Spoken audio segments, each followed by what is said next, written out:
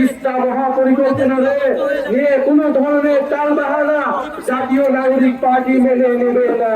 প্রিয় কুড়িগ্রামবাসী, কুড়িগ্রাম মানেই চরের অধিকারহীন মানুষের লড়াই, কুড়িগ্রাম মানেই ভূমিহীনদের সংগ্রাম, কুড়িগ্রাম মানেই সীমান্তের কান্না, কুড়িগ্রাম মানেই কাঁটাতে ঝুলে থাকা আমার বোন ফেলানির লাশ। কুড়িগ্রামবাসী, কুড়িগ্রাম মানেই তিস্তার পানি চুক্তির জন্য আমাদের যে লড়াই, পানির লড়াই, সেই লড়াইয়ের প্রতিচ্ছবি হচ্ছে কুড়িগ্রাম। কুড়িগ্রাম মানে মুক্তিযুদ্ধের তারাবন্দিনীর অস্ত্র হাতে তুলে নেওয়া, কুড়িগ্রাম মানে 24-এর গণঅভ্যুত্থানে শহীদ হওয়া আমার ভাইয়েরা।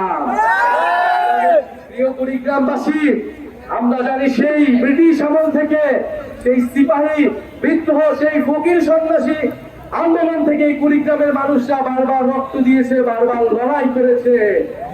এই সীমান্তবর্তী জেলা হিসেবে কুড়িগ্রাম সবসময় প্রতিরোধ তৈরি করেছে সীমান্তে। কুড়িগ্রাম সবসময় নির্যাতিত হয়েছে, অবহেলিত হয়েছে, বৈষম্যের শিকার হয়েছে। প্রিয় বন্ধুগণ, উন্নয়ন মানে কেবল ঢাকার উন্নয়ন না। উন্নয়নের কথা শোনা গেল, সেই উন্নয়ন পৌঁছায় না সকলের কাছে।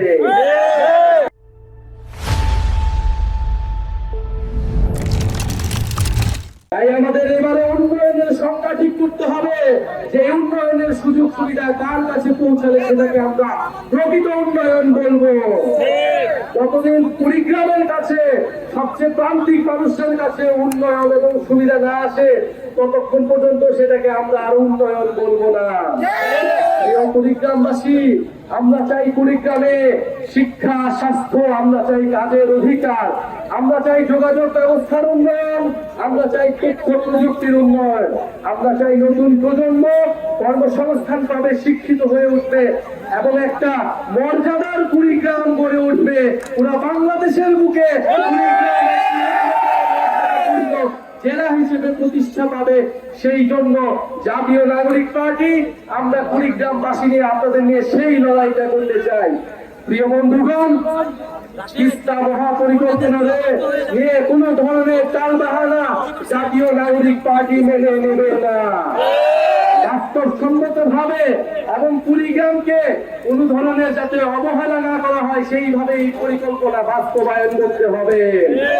আমাদের শিক্ষা, স্বাস্থ্য এবং কাজের অধিকারের জন্য সকল ধরনের সুযোগ সুবিধা এই কুড়িগ্রামে নিশ্চিত করতে হবে। এবং অবশ্যই সীমান্তে আমাদের যে ফেলানির লাশ ঝুলেছিল, আমরা সেই ফেলানি হত্যার বিচার আজও পাইনি। আজও সীমান্তে ভাইরা মারা যায়, বাংলাদেশের মানুষকে গুলি করার সাহস পায়।